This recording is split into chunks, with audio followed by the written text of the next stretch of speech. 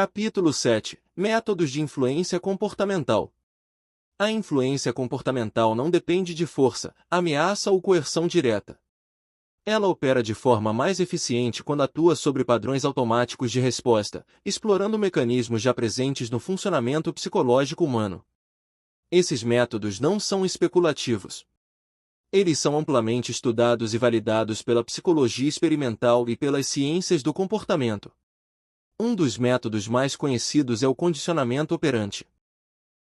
Nesse processo, comportamentos são reforçados ou enfraquecidos com base em consequências.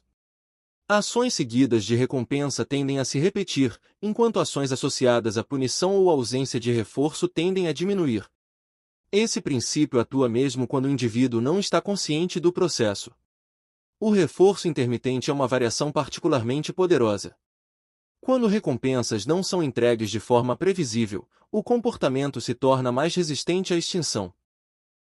O cérebro permanece em estado de expectativa contínua, mantendo o engajamento mesmo diante de retornos inconsistentes. O priming é outro método amplamente documentado.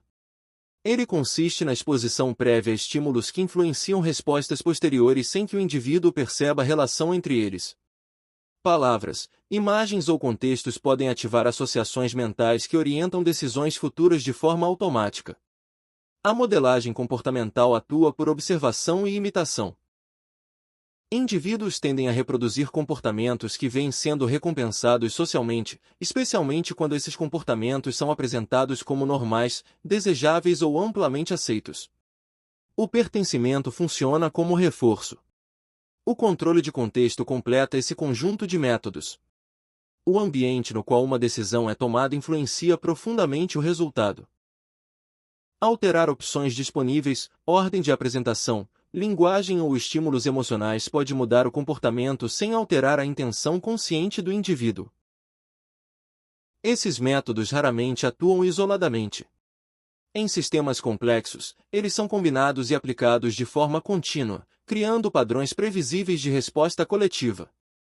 A repetição transforma influência em hábito, e o hábito reduz questionamento. A eficácia desses métodos está no fato de que eles não eliminam a sensação de escolha. O indivíduo sente que está decidindo por conta própria, mesmo quando suas respostas foram amplamente antecipadas. Compreender os métodos de influência comportamental não implica paranoia, mas lucidez. Eles não operam apenas em grandes sistemas.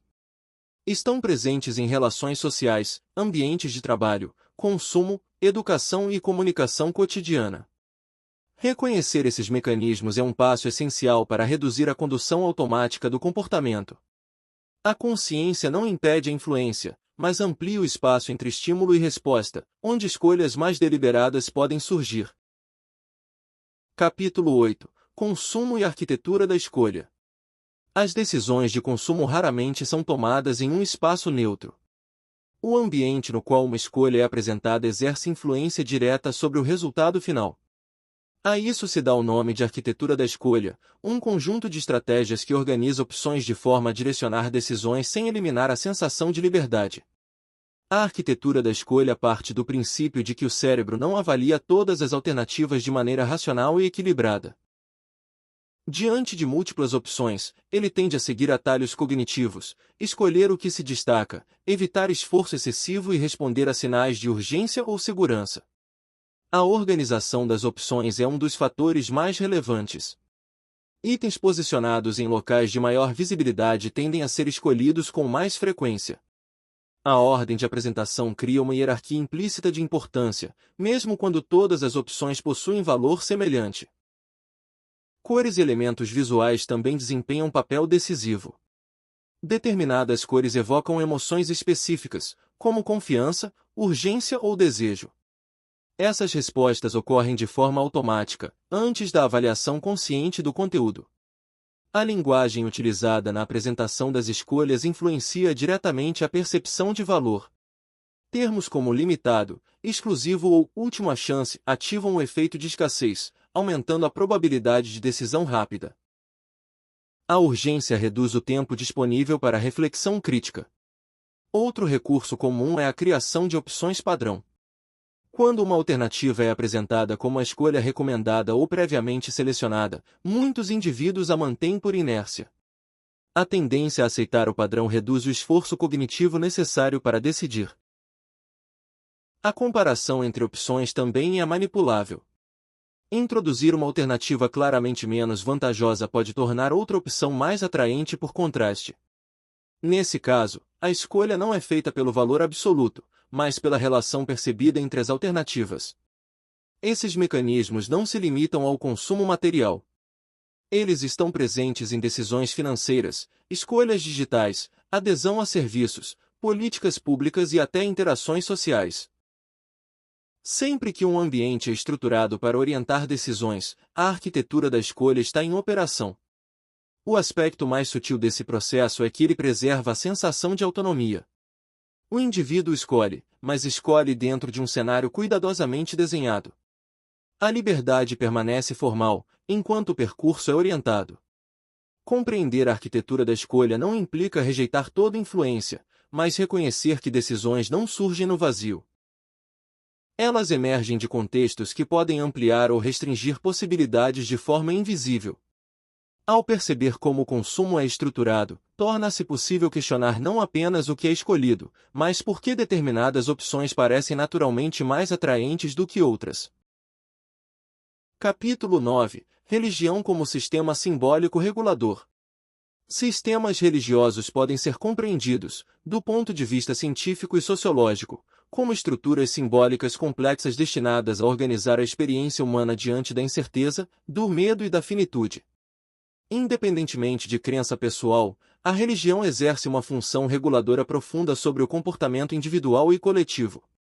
Esses sistemas operam por meio de símbolos universais, narrativas morais e repetição ritualística. Símbolos condensam significados complexos em imagens simples, facilitando a transmissão de valores e normas ao longo do tempo. Narrativas oferecem explicações para a origem, o propósito e o destino da existência, reduzindo a ansiedade gerada pelo desconhecido. A repetição ritualística reforça esses significados de forma contínua. Rituais criam previsibilidade em um mundo instável, oferecendo sensação de ordem e pertencimento. A previsibilidade, por sua vez, reduz a carga cognitiva necessária para lidar com eventos incertos e fortalece a coesão do grupo. A moralidade religiosa funciona como um sistema de orientação comportamental. Ao associar determinadas ações a recompensas simbólicas ou punições transcendentes, esses sistemas modulam escolhas sem necessidade de vigilância constante. O controle se internaliza na consciência do indivíduo. Outro elemento central é o pertencimento. A religião cria identidades coletivas que oferecem proteção simbólica e social. Pertencer a um grupo reduz a sensação de isolamento e fornece referências claras de comportamento aceitável. Em troca, espera-se conformidade com normas compartilhadas. Do ponto de vista psicológico, esses mecanismos não dependem da veracidade literal das narrativas. Seu impacto está na estrutura simbólica e emocional que produzem. A eficácia reguladora da religião reside menos no conteúdo factual e mais na forma como significado, emoção e repetição são integrados. Sistemas religiosos também funcionam como estabilizadores sociais em contextos de crise. Ao oferecer explicações e promessas de sentido, eles reduzem o caos perceptivo e canalizam emoções coletivas como medo, culpa e esperança. Isso não significa que a religião opere apenas como instrumento de controle. Ela também pode promover cooperação, altruísmo e resiliência psicológica. O mesmo sistema simbólico que regula comportamento pode oferecer suporte emocional genuíno. Compreender a religião como um sistema simbólico regulador não exige rejeição ou adesão. Exige reconhecer que ela atua sobre os mesmos mecanismos cognitivos e emocionais explorados por outros sistemas sociais complexos. Ao perceber essa estrutura, torna-se possível entender como símbolos, narrativas e rituais moldam percepções de certo e errado, pertencimento e identidade, muitas vezes de forma mais profunda do que argumentos racionais.